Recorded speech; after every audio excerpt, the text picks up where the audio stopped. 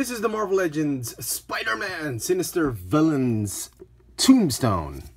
The figure is part of the Vulture Build-A-Wing, Build-A-Figure wave of figures, new Spider-Man Homecoming Marvel Legends figures, and obviously these three are the Homecoming figures, and these four are just the classic comic series figures, and the other sinister villain is Marvel's Beetle. It's not that sinister if you ask me, these two.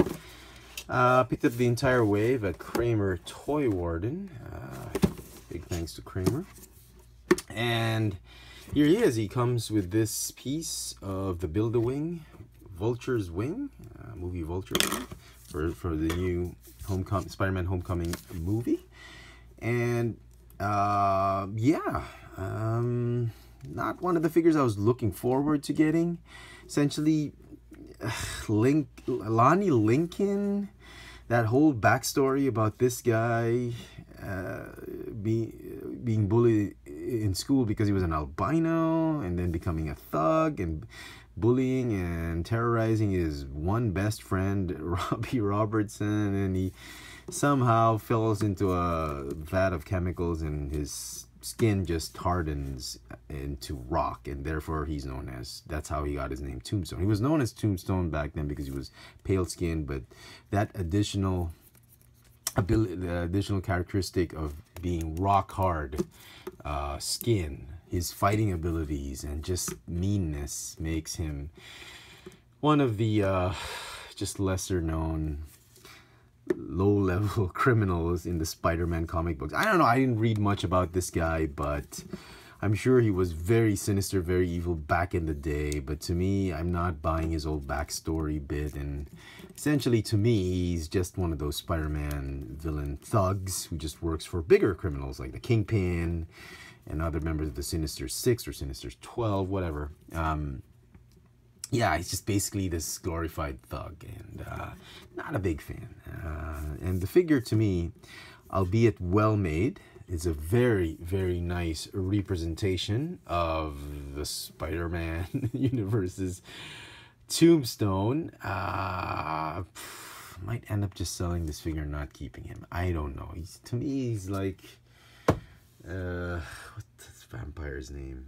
Morbius. One of those villains that I don't really care much about, but okay, here he is. I thought they were going to use a bigger body mold. I thought they were going to use this mold. Apparently they've redone this mold. To me, it's like a fresh new mold. It does have similarities with the Captain Britain mold. I thought they were just going to recycle the Carnage mold, but they didn't, or the Toxin mold. I'm glad they came up. Hasbro sort of came out with this new brand, new mold, new figure mold. I'm sure it recycled bits and pieces here and there, but it looks very, very new to me in this in these when you combine all of those parts that it took from. Because the bicep looks the same, the shoulders look the same. Yeah, but the legs kind of look the same. But the from the calf down is different. The torso is obviously different. So it's a good scale. Here he is with Spider-Man. It's a well-made figure. But to me, he's just a mediocre character, so I don't care much about it. And my rating for him would, objectively, it's a 9 out of 10. They nailed it with this one, definitely. But should you go hunt for this one? I don't think you should pay more than retail price for it. If you can get it on clearance, better, because not a lot of collectors have been picking him up. Because again, as I said, he's not that of an important or a major villain in the Spider-Man universe comic book. So, on to the paint apps. Not too bad. Some inconsistencies with the gray, but overall, the gray, I think they nailed it with this one.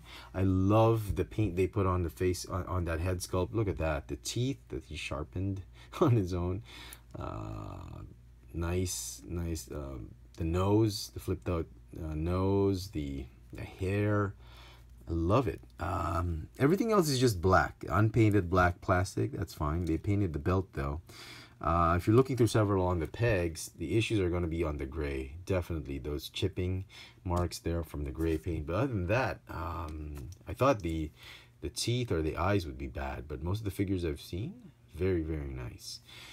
Articulation for the figure, it's got a ball jointed neck that's on a hinge, ratcheting ab crunch, waist swivel, ball hinge shoulders, bicep swivel, double jointed elbows, ball hinge wrists.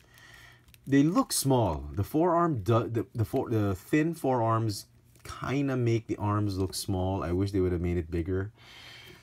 That would have completed this figure's menacing look. He's got a ball hinge hip, thigh swivel, double jointed knees, calf swivel. He's got this extra piece that keeps going up. I don't know if it should stay up there or it's down here.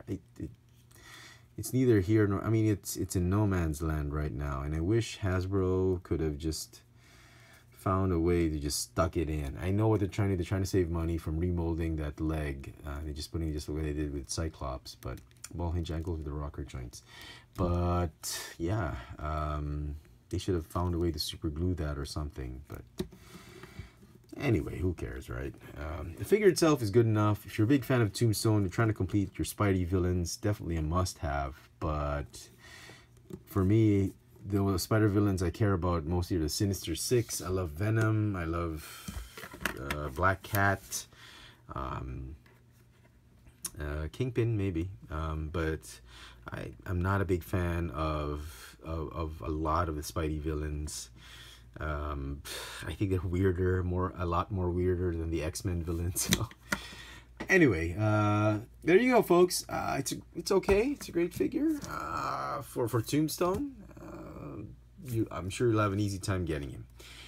Hope you've enjoyed this little video review. This has been the Marvel Legends series Spider-Man Sinister Villains featuring Tombstone. Thanks for watching.